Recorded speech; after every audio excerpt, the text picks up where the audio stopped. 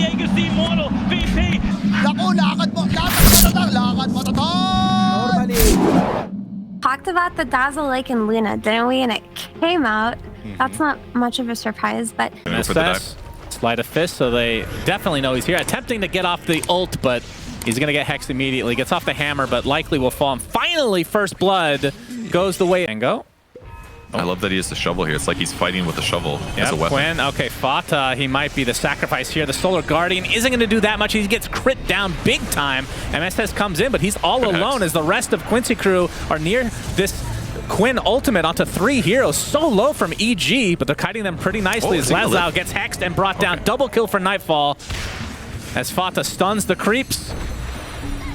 Not that much damage done to the tier 2 tower as Nightfall's ult will end.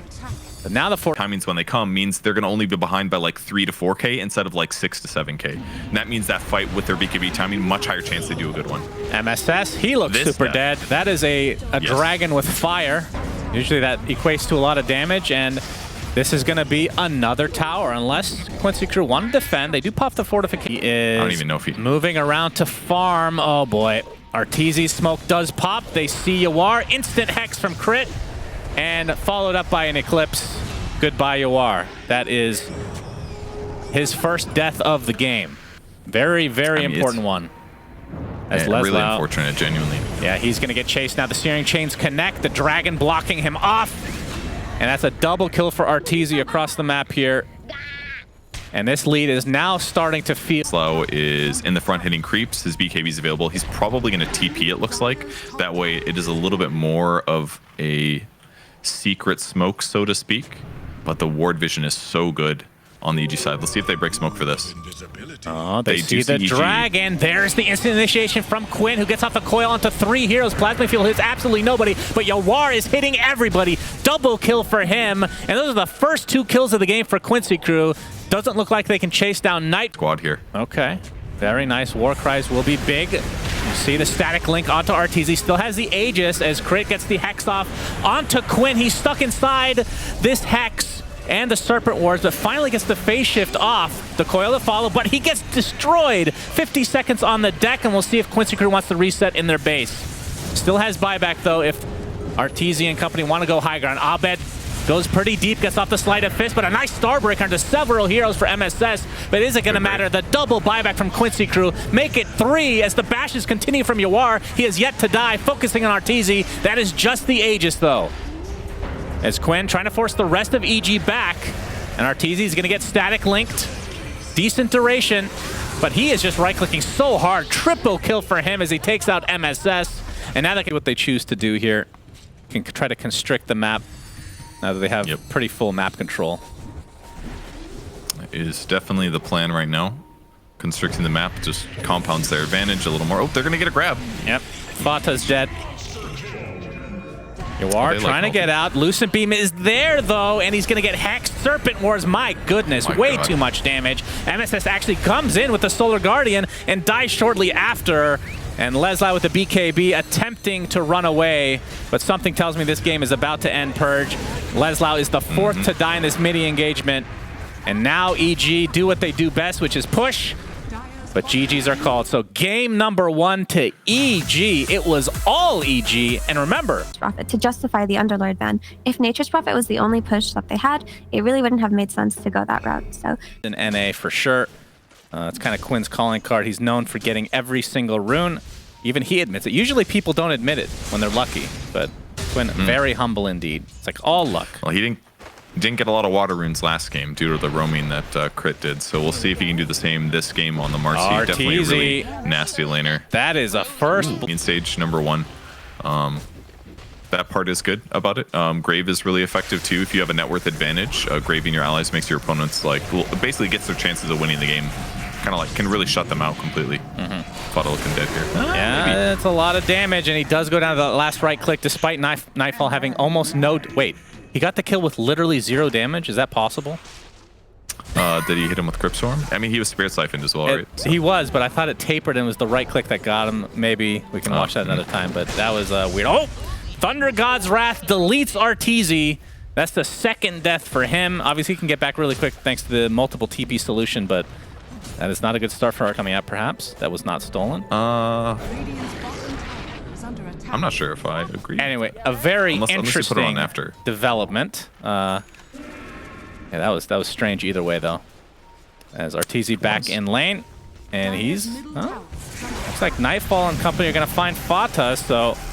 Spirit Siphon, as we can see, doing a lot of damage, and they wait for the dispose until the last moment. Even though he's drained a lot of damage, he's just dead, and Arteezy wants to get this tier 1 tower he wants, which is 400 gold away. Quinn, he's not gonna, I mean, this is a Zeus, so it's not gonna be any like huge mobility spells or crazy difference makers, but in terms of flashiness, at least. Oh, he's gonna get jumped on though. Another arena expended, and another death for Quinn. Exorcisms popped as well, so this should be a tier 1 going. Put the Blink Dagger on crit. So production... To hide it while he killed the creep. Production screwed me again, as Razor, Mr. Fata is done.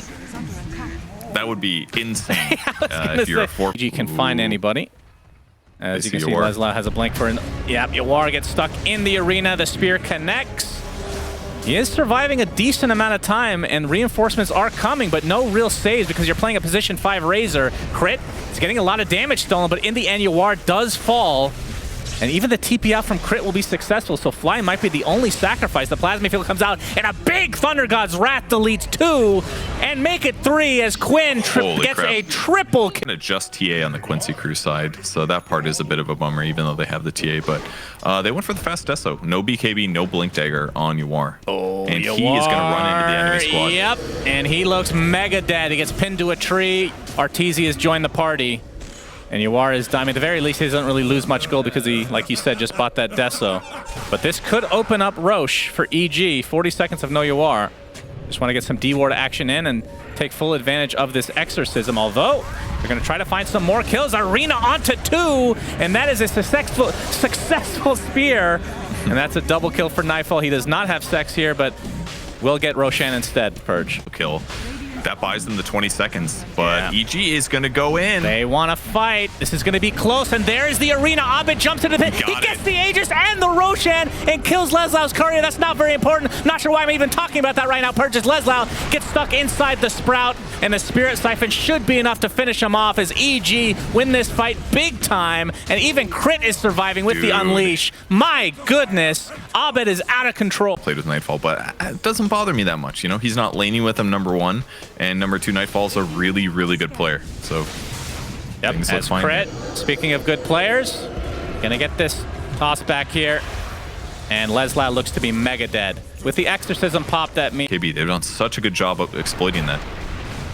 Yep, we're going to see Leslau get a nice pick off on the Fly, so no Grave to come, but he's going to take heavy damage as a result. Big damage coming out from Abed. He gets the arena, but dies shortly after, so this could be a good fight for Quincy crew as Arteezy attempting to TP out, but no. Fata with the double kill. He's looking like the carry this game. Triple kill for your position 5 Razor.